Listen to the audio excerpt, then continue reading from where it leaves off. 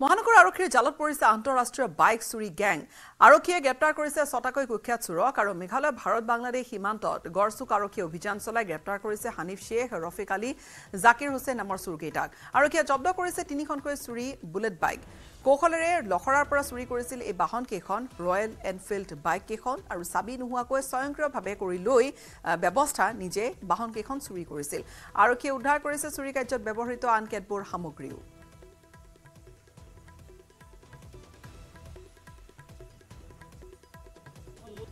আব্দুল হানিফ শেখ গাড়ি চোরের কারণে লখরার পরে শুরু করছিল গাড়ি চোর করছিল হান্টার তারপিছত লৈ যাই কিনে শিলঙত দিল 40,000 দিছিল গাড়ি হান্টার আর এটা বুলেট চোর করছিল এই দুটাই চোর করছে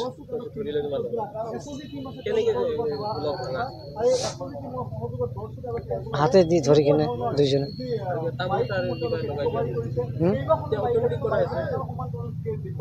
দুইজনে ধৰি কিনে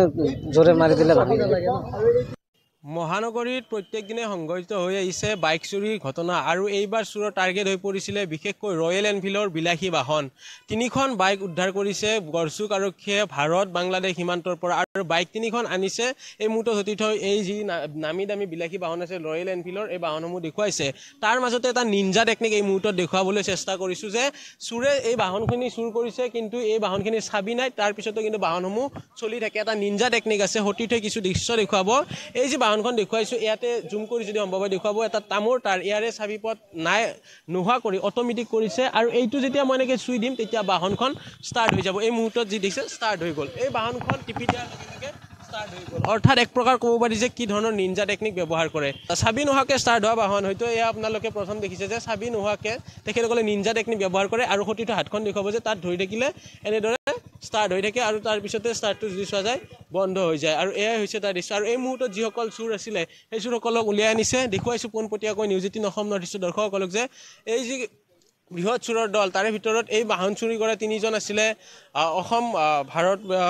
বাংলাদেশ সীমান্তৰ পৰা গ্ৰেপ্তাৰ কৰিছে আৰু আন সমান্তৰালভাৱে আন কেইজনক যদি চোৱা যায় ইয়াৰে বিভিন্ন স্থানৰ পৰা গ্ৰেপ্তাৰ কৰিছিলে এইসকলে এই গুৱাহাটী মহানগৰীত বিভিন্ন ধৰণৰ উপদ্ৰৱ কৰি আহিছিলে আৰু নিঞ্জা টেকনিক ব্যৱহাৰ কৰি নিমিষতে আপোনাৰ নামি দামী বাহনখন লৈ যোৱা পৰিলক্ষিত হৈছিলে যদি সম্ভৱ হয় তেখেতসকলৰ পৰা নাম জানিবলৈ চেষ্টা কৰিম क्या नाम है तुम्हारा रिमिकी कहाँ से है जुआ कैसे करते हैं हम लोग में हम कल में आया फर्स्ट फिर क्या हुआ हम लोग बोला हमको नया बाइक खरीद और चलाने वाला घर हम मालूम नहीं तो कैसे क्या है सभी ये आसाम से देगा हमारे पास आसाम से देगा सभी नहीं है क्यों नहीं है सभी मालूम नहीं और एक है क्या नाम है तुम्हारा दिबर कैसे क्या है हमने क्या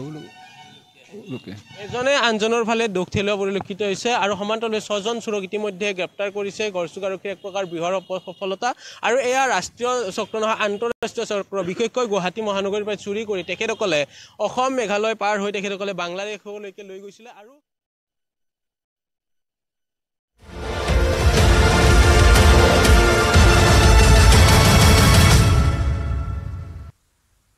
ৰাজ্যত হুৰাহুৰে বাঢ়িছে অন্ধ্ৰপ্ৰদেশৰ পৰা আমদানিকৃত কণীৰ মূল্য এটা সপ্তাহৰ আগে প্ৰতি কাৰ্টন কণীৰ পাইকাৰী মূল্য আছিল 1370 পৰা 1380 টকা কিন্তু বৰ্তমান 1540 টকাৰ পৰা 1560 টকা পাইছেগৈ আৰু 8 ডিসেম্বৰত প্ৰতি কাৰ্টন কণীৰ পাইকাৰী মূল্য আছিল 1380 টকা আজি পুনৰ বৃদ্ধি হৈ 1540 পৰা 1560 টকা হৈছেগৈ কণীৰ দাম এয়া কেৱল শিৱসাগৰ চহৰৰ তথ্যহে ইয়াৰ পৰিপ্ৰেক্ষিততে বাৰুকৈ বিমূৰত পৰিছে গ্ৰাহকৰ লগতে সৰু সৰু ব্যৱসায়ীসকল অন্ধ্ৰপ্ৰদেশতে কণীৰ দাম বঢ়াৰ উপৰিও পৰিবহণ ব্যয় বৃদ্ধি হোৱা নিতৌ কণীৰ দাম এনেকৈ বাঢ়ি আছে প্ৰতিক্ৰিয়া দিছে ব্যৱসায়ীসকলে কিন্তু ইয়াৰ মাজত বিপাঙত পৰিছে বিমূৰত পৰিছে সাধাৰণ গ্ৰাহক এক ৰিপৰ্ট আগবঢ়াইছো শিৱসাগৰৰ বিশেষকৈ বজাৰত কণীৰ দাম ইমান তাৰতম্য হঠাৎ কেনেকৈ ঘটিল গোটেইখিনি কথা ব্যৱসায়ীৰ সৈতে পাতিছিল আমাৰ সাংবাদিক প্ৰদীপ গগৈয়ে সেই ৰিপৰ্ট আগবঢ়াম মই বৰ্তমান উপস্থিত আছো শিৱসাগৰ এইয়া এখন বৃহৎ পাইকাৰীৰ আসলতে এটা গুদামত য'ৰ পৰা পাইকাৰী মূল্যত কণী যোগান ধৰা হয় যোৱা মই উল্লেখ কৰিব বিচাৰিছো যোৱা 8 ডিসেম্বৰত কণীৰ মূল্য পাইকাৰীৰ প্ৰতি কাৰ্টুনত আছিলে ইয়াৰ শিৱসাগৰ চহৰত 1480 টকাৰ পৰা 1500 টকাৰ ভিতৰত কিন্তু আজি এদিন পিছতেই কণীৰ দাম বৃদ্ধি হৈছেগৈ 1540 টকা হৈছেগৈ ঠায়ে ঠায়ে 1550 টকাও হৈছেগৈ মই এই বিষয়ে আচলতে জানিব বিচাৰিম সবিশেষ কাৰণ এদিনৰ পিছতেই কণীৰ মূল্য 100 টকা পৰ্যন্ত বৃদ্ধি পাইছে পাইকাৰী মূল্য কিন্তু গ্ৰাম্যাঞ্চলত ইয়াৰ পৰিমাণ যথেষ্ট আৰু বাঢ়িছে এগৰাকী বিক্ৰেতা আছে কি ক'ব আচলতে কণীৰ বৰ্তমান আজি প্ৰতি কাৰ্টুনত পাইকাৰী মূল্য 1540-50 টকা হৈছেগৈ কাৰণটো কি ইয়াৰ কাৰণটো হ'ল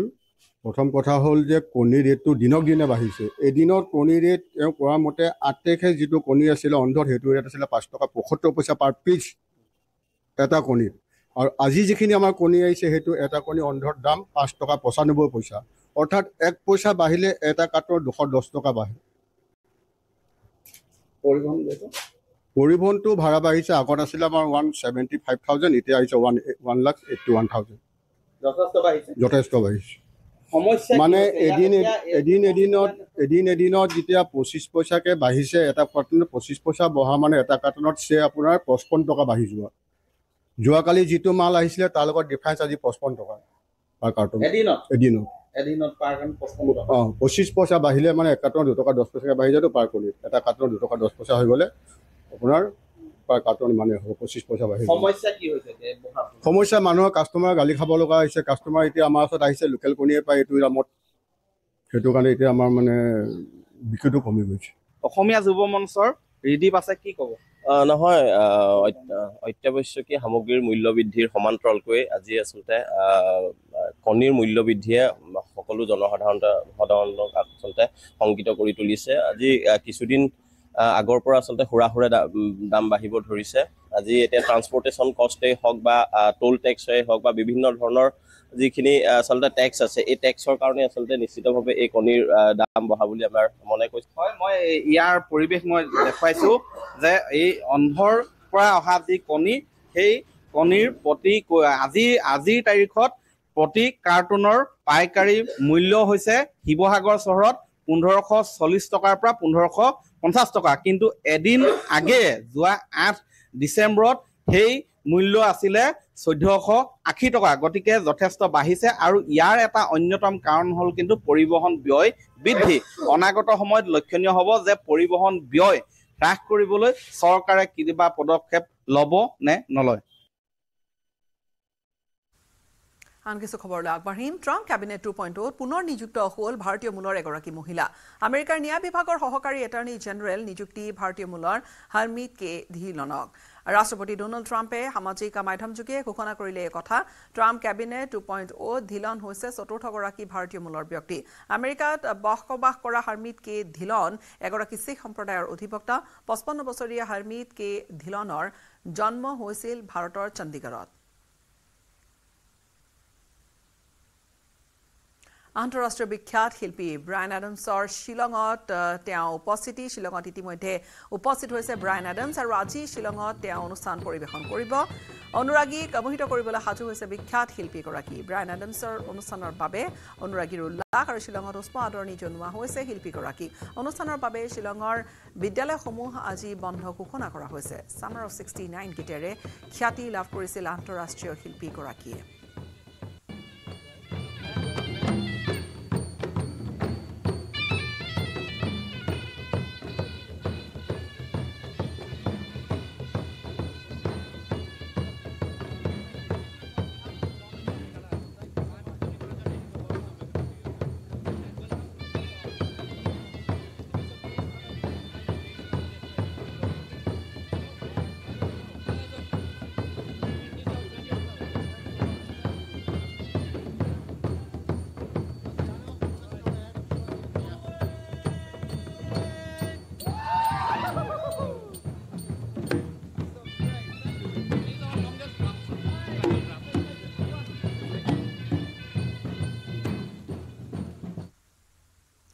দক্ষিণ কামৰূপত সুন্তলীত গাঞ্জাৰ বিৰুদ্ধে আৰক্ষীৰ বৃহৎ এক অভিযান আৰু সুন্তলী আৰু ৰঙাপানীত অভিযান চলাই ধ্বংস কৰিছে গাঞ্জাৰ খেতি সুন্তলী আৰক্ষীৰ অভিযোগত এয়া অভিযান চলিছিল আৰু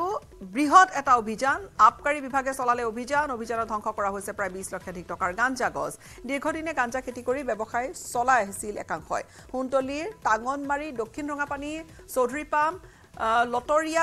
আদি অঞ্চলসমূহত বিশেষকৈ বৰঘোল আদিকে ধৰি মুঠ প্ৰায় 10খন গাঁও তাত গাঞ্জা খেতি কৰিছিলে গাঞ্জা খেতিবোৰ ধ্বংস কৰিছে আৰক্ষী আৰু আবকাৰী বিভাগৰ অভিযানকাৰী দলটোৱে আমি প্ৰায় 200 জোপামান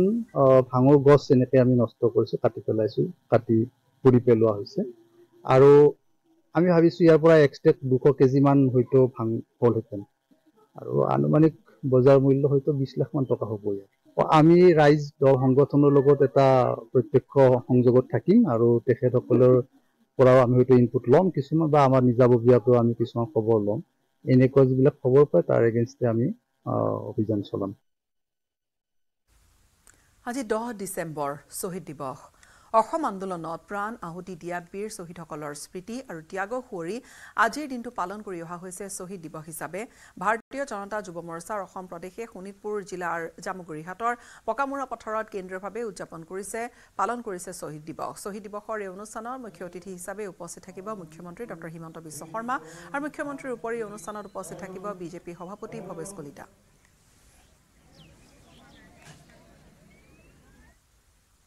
সাহকীয় দলৰ এগৰাকী জ্যেষ্ঠ বিধায়কৰ ঘৰৰ পৰাই হৈছে বুলেট বাহন চুৰি এজাহাৰ দিয়াৰ পিছতো বিধায়কৰ ঘৰলৈ আৰক্ষী আহিবলৈ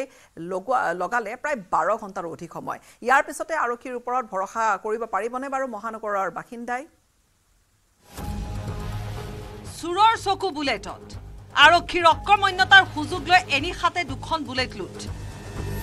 খানাপাৰাৰ অসমী মেলাৰ পৰা এখন বুলেট চুৰি হোৱাৰ বিপৰীতে আনখন নোহোৱা হ'ল প্ৰাক্তন মন্ত্ৰী তথা পূব গুৱাহাটীৰ বিধায়ক সিদ্ধাৰ্থ ভট্টাচাৰ্যৰ চৌহদৰ পৰা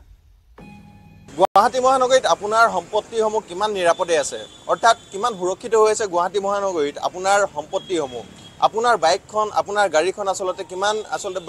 নিশ্চিন্ত মনে আপুনি বিভিন্ন স্থানত ৰাখিব পাৰিব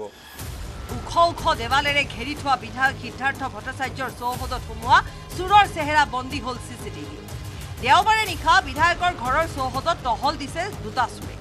আনকি বিধায়কৰ চৌহদত থকা সংবাদ প্ৰতিষ্ঠানৰ কেণ্টিনত সোমাই পানী উখাইছে চুৰ দুটা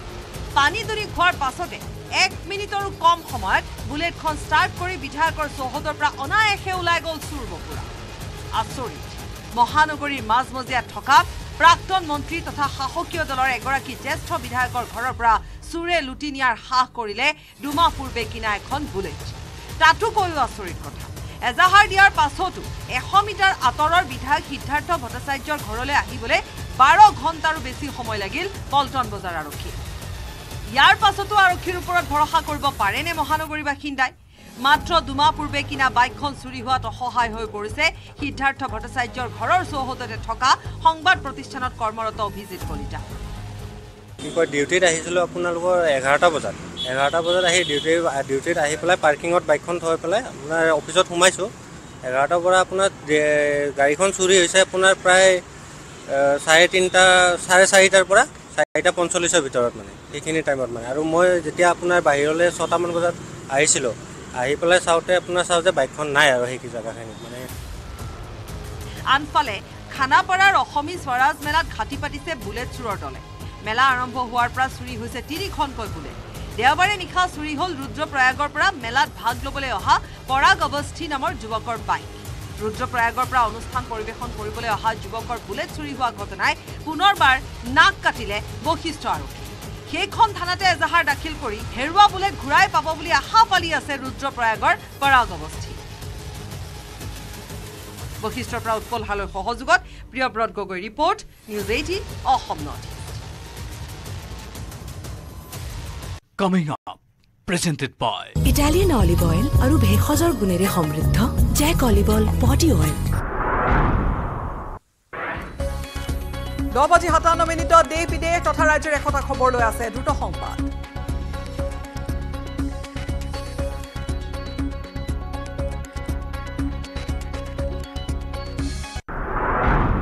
Coming up, presented by Italian olive oil আৰু ভেষজৰ গুণেৰে সমৃদ্ধ জেক অলিভ অইল বডি অইল ইয়াৰ হৈতে বিদায় লম নমস্কাৰ